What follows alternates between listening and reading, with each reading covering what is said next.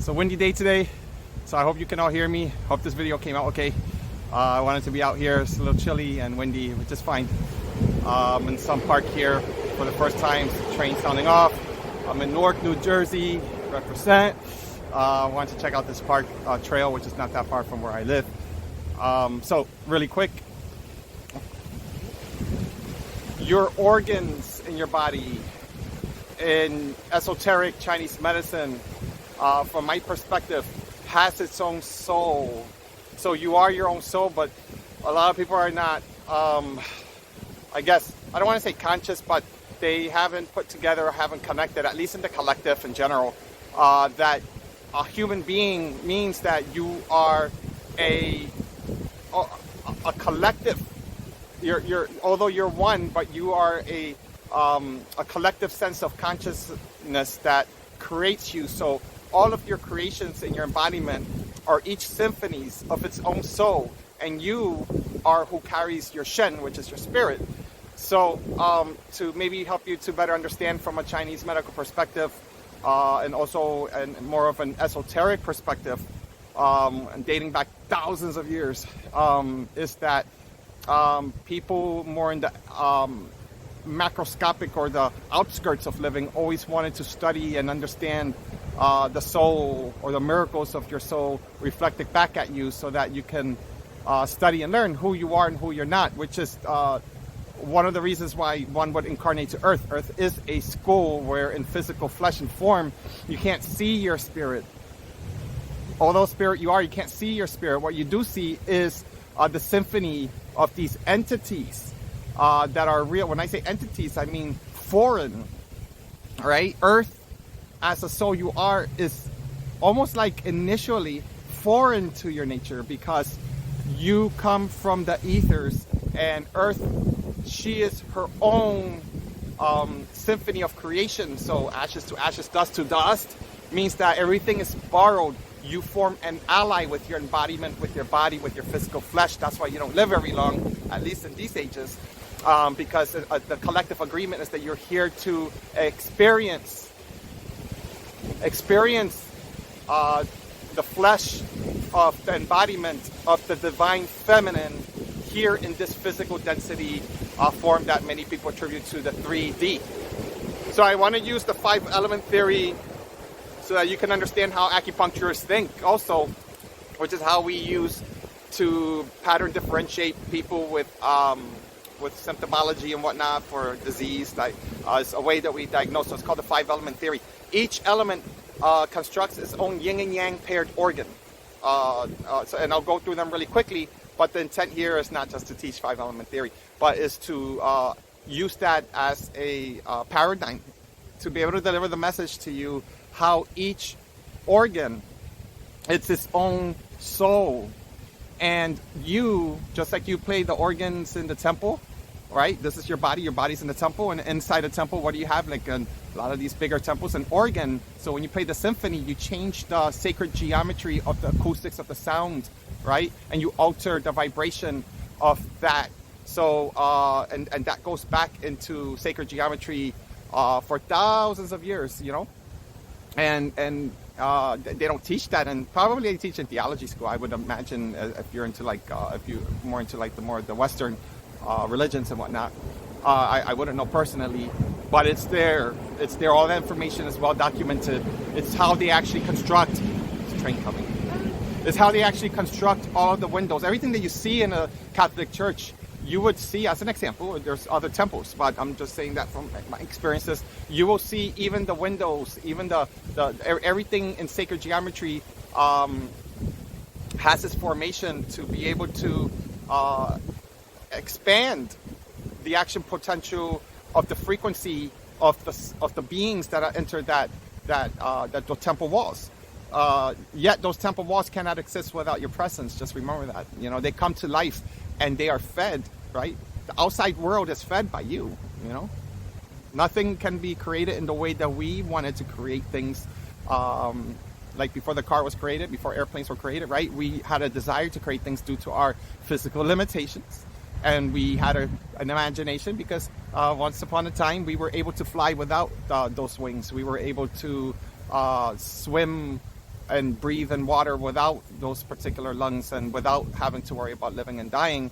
And so in this realm, you see it as creativity and imagination. So we start creating these technologies to try to mimic what we cannot do in this physical flesh form, which is part of our a school of rediscovery through the things that we create outside of us. And then we go, oh, look at this cute thing, and then we just start like to tinker with it, and then we expand our into it, our knowledge, and when it comes to the outside language and the outside material of matter that exists in this realm.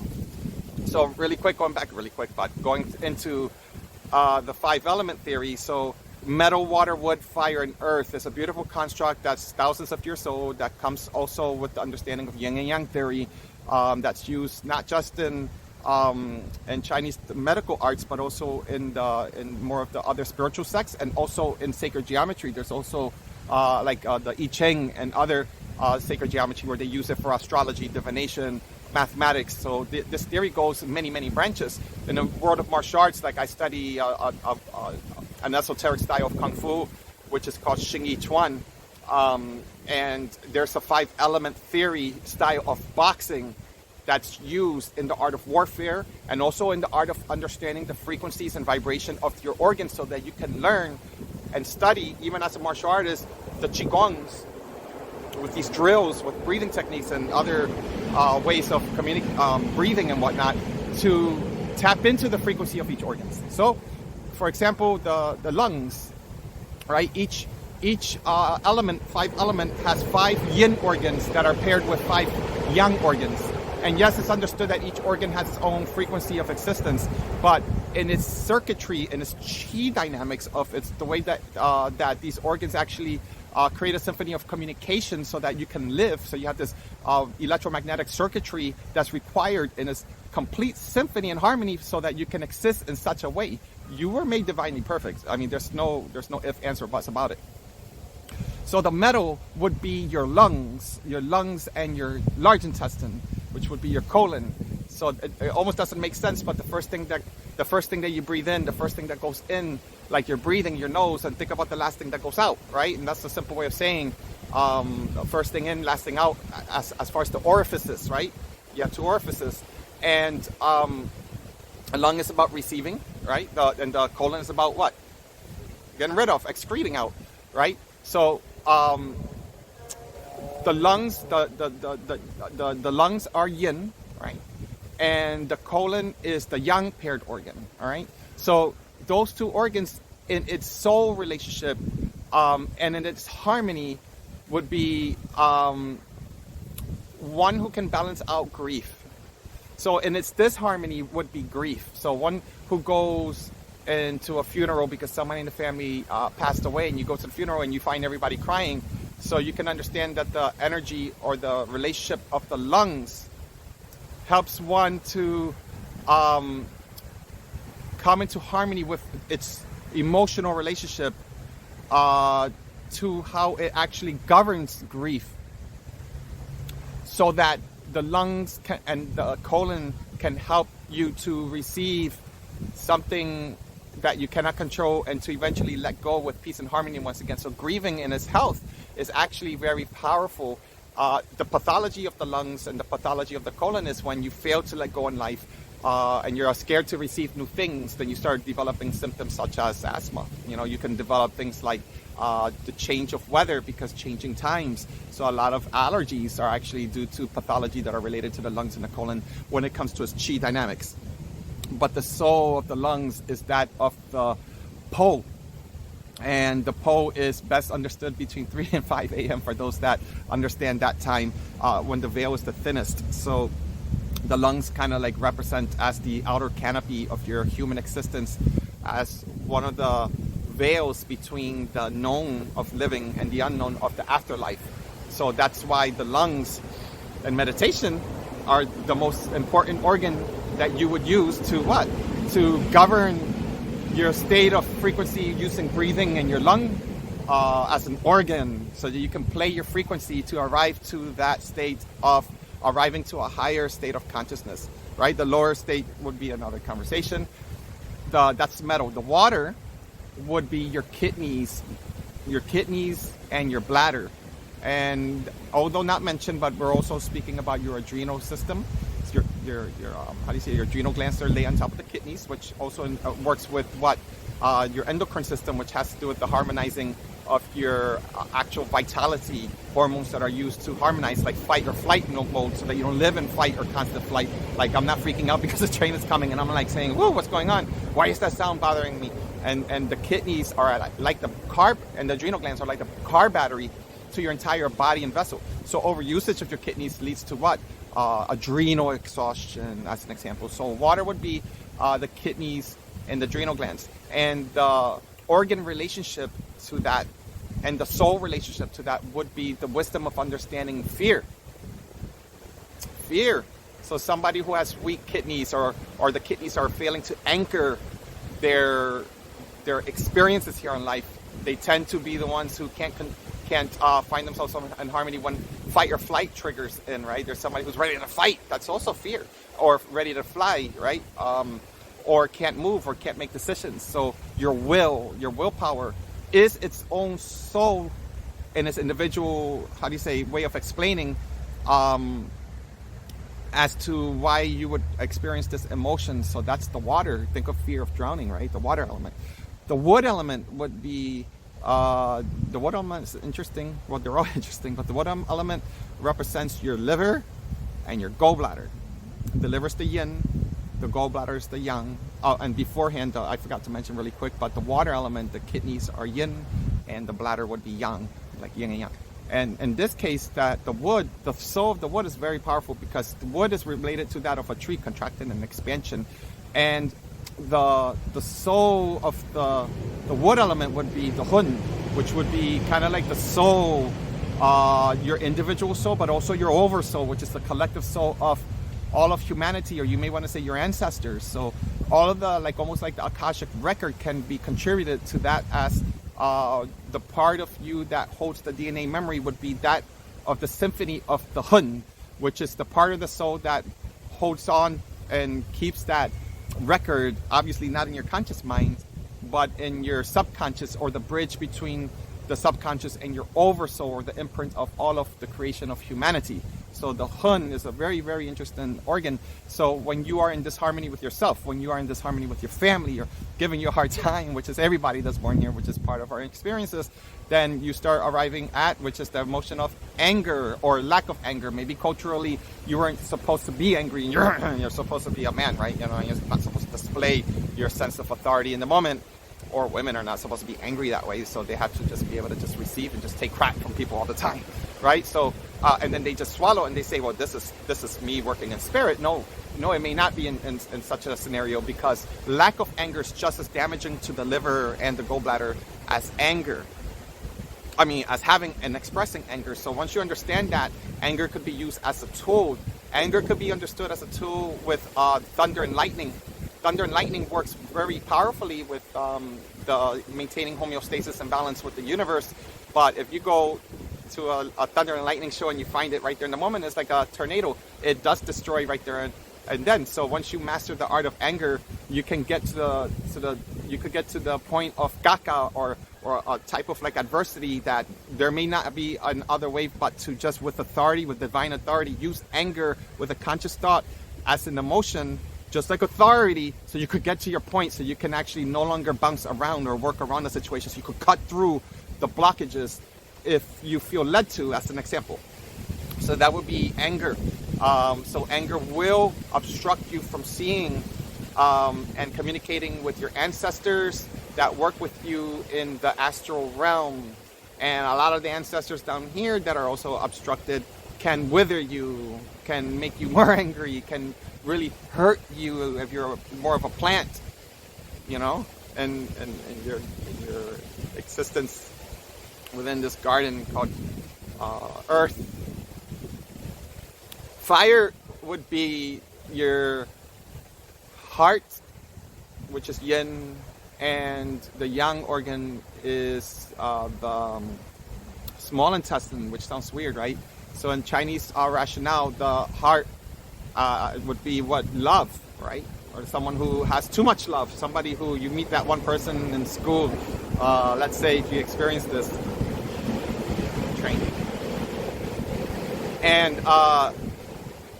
you experience somebody who's not on drugs, but they're just like almost like ADD. They're just too much.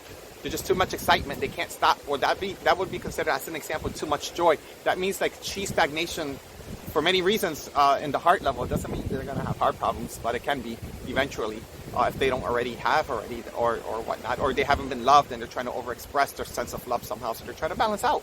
So joy would be the release of stagnation in its healthy form, especially when you went from crying or being angry and then you find humor in such a situation. That is a heart chakra kind of an experience. That would be the and to understand the small intestine, how that works is that your body digests emotions just like food. So when you start releasing what no longer serves your heart, right, and the drama in your life or situation, actually energetically the small intestine actually receives all of the energetics so that you can excrete it, you could pee it out, you could poop it out.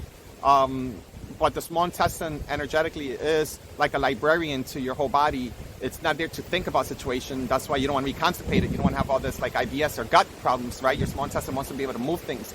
It wants to be able to allocate like a librarian, where poop goes to poop, pee goes to pee. Peeing, and you assimilate. Maybe it still needs to receive some more energy from food that's about to turn into poop, or it's digesting, so it actually assimilates the nutrition, and it works in so many ways. It also governs your immune system. It does so many things. So in its healthy state, the small intestine has no time to think. It just creates. So it works in synergisty with the heart. Last but not least is Mother Earth. It's the earth. It's your embodiment. It's in embracing, which the yin organ to that would be spleen, spleen and pancreas. And the yang organ would be stomach. I almost forgot.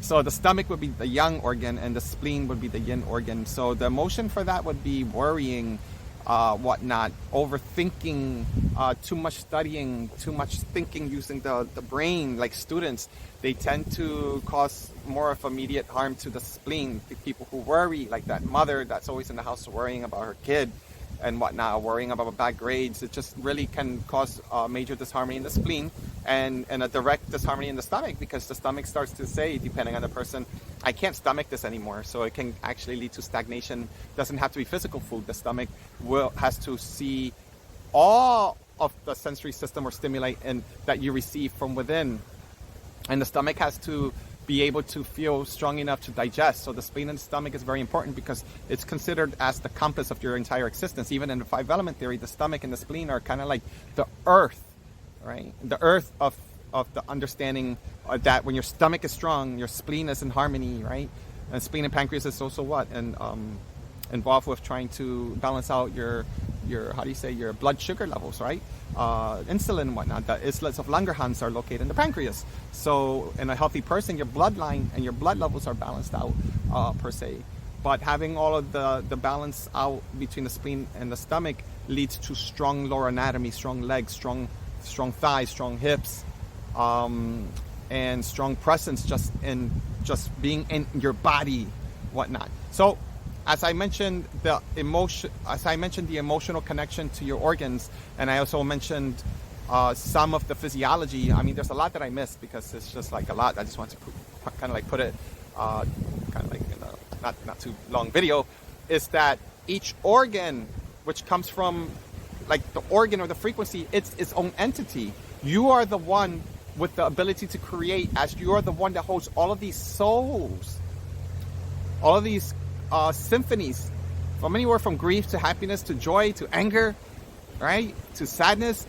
All of those emotions are the body's ability to inner alchemize emotions so that it could come into complete harmony within its balancing, so that you can remember how to work and navigate as a human being, right? So it's like you're playing the organ. So they're their own entities. You are one that holds all of these entities. These are all souls. You are a spirit that works with your own inner earth in one body, the microcosm. right? Little Shen means that you're remembering the little Shen, the little spirit within, to connect eventually with God of the gods, like the creator of all creators. But that's why a lot of people misunderstood in the past, where they start calling themselves gods. I'm not going to go into that, but they start calling themselves gods, and their ego got in the way because they couldn't get past that. Because in the exoteric versus the esoteric experience, you are a creator as well. Once you really tap into, and this breaks a lot of dynamics of religion, so it's not my intention to talk about right now.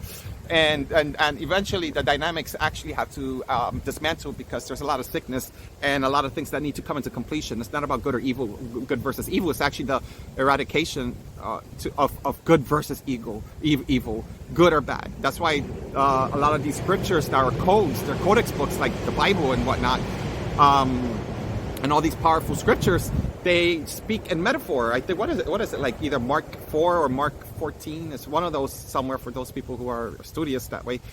Speaks about that when Christ is speaking to the 12 disciples and all a community there, he was trying to speak, and he was deliberately saying, I'm speaking in metaphors, or in parables, excuse me. And he said that for as long as you stay, I'm saying it in my own words, in the exoteric way of thinking, in your logical thinking mind, and simply your scholarly mind as your human experience, without the feminine within you, without the yin energy without you, without the ability to receive and think deeper, and ready to criticize based on your beliefs already, what happens is that then you're only going to understand even what I'm saying right now as a complete metaphor. And that was the message of Christ. He didn't say, be like me. He said, understand. He said, listen. He says, let those who have the ability to hear. And people took it into a complete context of one thing. They took it so literal that it goes so much deeper. That's one of the 12 disciples, actually. Your ability to hear is your 12 cranial nerves as well, in the microscopic understanding, so that you can understand that when Christ was speaking to his 12 disciples, none of them were him, but they were all expressions of him, as they all walked as one unit, whether literal or metaphorically. So if you want to understand that, and if you take, this is an example of cracking the code with when you read the Bible, is that if you see it as one way or the other, when you say, well, this is metaphorically, I need to know if it was true, or maybe it wasn't true and it's just a school of thought. If you think one is more important than the other, then you're stuck in the realm of not just judgment, but you're seeing things as either yin or yang, and you're seeing things as separate, trying to understand the unity consciousness of things. And for as long as you continue to use that paradigm, it doesn't make you good, bad, or evil, actually. It just makes you human as fuck, right? It just makes you human, but we're supposed to evolve. And for those who are evolving within their human construct, they have to go into the paradigm of Christ consciousness. But if they go into the Christ consciousness that looks like the one in the Bible that they keep reading, interpret it 10,000 different times in different ways, after it hit Europe, Roman, Greece, and all that, with all of these councils, and then they just give you what you're supposed to read in one book when there's like mad more books out there, then you're missing something. And the thing is, you don't need to read all those books. You only need to see the essence of even seeing something as what I said before. If you have the ability to hear, then let him hear, and I'll keep it at that. You know, privately, if you want to reach out to me, then I'll give you my 2 cents.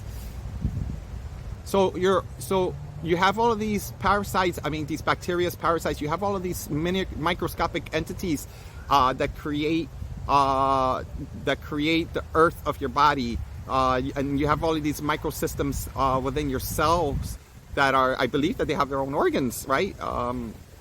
And there's masters out there that are speaking about that in a high frequency. They're masters of all that. I'm just trying to put it together using more of the 5-element theory. But each cell in your body has its own organ system called organelles. And if you get enough organelles together, they start creating, to create an organ system, such as a kidney. So that's where you get organs, right? And in separation, when one of your organs are living in separation, such as grief or sadness or anger, then what's happening is that you continue to play that symphony of that sound, of that vibration of anger, right? And then you become who you are, because the body's attempt in trying to heal is that it will attempt to become that angry force. It will actually start to change the chemistry of your body, because the sooner that you could become who you're not, which is an angry liver right now, using the 5-element theory, is that to save the liver, it will actually distribute and receive all of the angry chemicals in the chemistry, and everything will respond in your body as anger. So when you live in anger, not just experiencing it to balance it out, but when you start living in anger, what happens is that then you start attracting angry forces, because you are a creator. You're going to create good, bad, and ugly. There's no off switch to this. So you're going to be in situations where everything drives you nuts. And why is that happening? Because that's the universe trying to show you what you're bringing in, until hopefully you can complete something once you get the valuable lesson from being angry all the time. The same thing with grief. Same thing with sadness. Same thing with too much joy. You know, once you go into the higher frequencies, your joy is that actually higher than joy is bliss and being in awe. That means being in harmony with all of your systems. And joy is a result. So people pick joy and they say, I'm looking to practice joy. And that's where it can become as a disharmony. Joy is a result, as in having a balanced heart without the distractions of the other organs, right? The heart actually simply can just live in joy in most of us, and whatnot, and this is karmic, and there's a lesson that has to be experienced to clean something and to filter something karmically between you and your ancestors, right? But so as your soul becomes more conscious by understanding your own microcosm, your own physiology, your own biology, that you do play music just in your presence. And when you have some kind of symptomology or pathology, as an example, the 5-element theory and how I spoke maybe will give you more insight for you to be able to see your pathology and pay attention. What I say about the ears, listen, hear, because after once you're going through adversity, if you're going through anything, you're going through an autoimmune situation, you're going through serious situation with your family or your work, whatever the cases may be, is that your ability to listen, especially with trauma or drama, is the spark of higher consciousness in that adversity, waiting to be rebirthed. Once you open up 100% of completely listening, and the best example I can say is the mustard seed. It's the smallest, tiniest seed out there, supposedly, I think, if I'm not mistaken. And you can know that a mustard seed can grow really, really big, right? And in a matter of days, right? I believe. And the mustard seed doesn't have to think. It just receives. And unfortunately for us, we think. So because of that, we need to listen and hear, which is a bridge between thinking and receiving. Yang to yin. And once you understand that you are the one that holds a symphony in between the two, as a bridge keeper, in between the 5 major yin organs and the 5 major yang organs, they're all independent, but you're the one that holds the bridge and the symphony between disharmony and harmony. No longer favoring one or the other, but the ability to listen when you're in harmony or a disharmony, the same. Then the metaphors and the paradox, you give yourself an opportunity to transcend judgment, transcend just simply separation between feminine and male, knowing that we're 2 different, beautiful, powerful humans per se. But to transcend is to see in a higher construct from within that can only be seen. No separate between adversity and unconditional love. That's the difference between a seer and a watcher. There goes another metaphor. Can we get past that one? By decoding it, by receiving it. And when we don't understand with metaphors, then you can go into scripture. Just like I mentioned, Mark 4 or 14, you can read on that as an example. But a book and words can only come to life if you simply receive, listen.